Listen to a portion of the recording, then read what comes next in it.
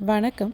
யுஏஇல உமல் குவைன் அப்படின்ற ஒரு இடத்துல பார்த்தீங்கன்னா, ஒரு வீட்டுக்கு முன்னாடி நெறைய முருங்க மரம் இருக்குங்க. ப்ளஸ் அரளி பூச்செடியும் இருக்குது. நாங்க அப்பப்போ அங்கே போவோம். போகும்போதெல்லாம் பார்த்தீங்கன்னா, கீரை அப்புறம் ப்ளஸ் காய் இருந்ததுன்னா அதையுமே பறிச்சுட்டு வருவோம். பூ இருந்ததுன்னா பறிச்சுட்டு வருவோம்.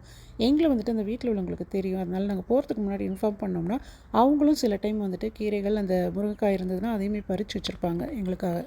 வெளிநாட்ல இந்த மாதிரியான ஒரு விஷயங்கள்லாம் பார்க்குறதுன்றது ரொம்ப சந்தோஷமா இருக்குங்க. இந்த மரத்தில பார்த்தீங்களா, எவ்வளோ முருங்கை பூக்கள் பாருங்களேன்! அப்படியே கொத்து கொத்தா இருக்குது. அதேமாதிரி பிஞ்சு அந்த முருங்கை பிஞ்சுலாம் பாருங்கள், அவ்வளோ இருக்குது. கை கெட்டின தூரத்திலேயே இருக்குது பாருங்களேன்! இதெல்லாம் ஒரு வாரம் கழிச்சு நீங்கள் பார்த்தீங்கன்னா, கண்டிப்பாக இருக்காதுங்க. ஏன்னா இங்கே போகிறவங்க வரவங்க எல்லாமே இதெல்லாம் எடுத்துகிட்டு போயிடுறாங்க. இந்த தெரு பார்த்தீங்கன்னா, அதாவது இந்த இடம் பார்த்தீங்கன்னா, ரொம்ப அமைதியாக இருக்கும். இத பார்க்கவே அவ்வளோ ஆசையாக இருக்குங்க. அந்த மரத்த விட்டு எனக்கு வரத்துக்கே மனசே இல்ல. ஏன்னா அத திரும்ப திரும்ப அங்கேயே நின்னு அதையே பார்த்துட்ருந்தேன். அந்த பூக்களும், அந்த அந்த பிஞ்சு அது எல்லாமே பார்த்தீங்கன்னா, அது பார்க்கவே ரொம்ப ஆசையா இருந்துச்சு. என்னதான் நாம கடையில காசு குடுத்து வாங்குனாலும், நாம சொந்தமா பயிர் பண்ணி, அதுலேருந்து ஒரு பொருள் எடுக்கிறோம் பார்த்தீங்களா? அதனுடைய தன்மையே வேறங்க.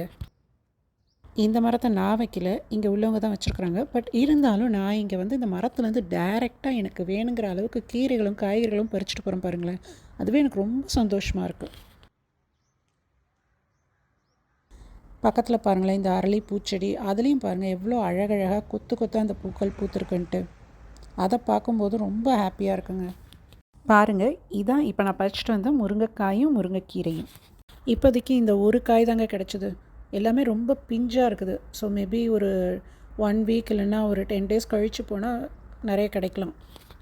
உண்மையை சொல்லப்போனால் எனக்கு இந்த கோல்டை விட ரொம்ப பிடிச்சது என்னன்னு பார்த்தீங்கன்னா, மரம், செடி, கொடிகள் தாங்க. இதெல்லாம் தான் எனக்கு ரொம்ப ரொம்ப பிடிக்கும்.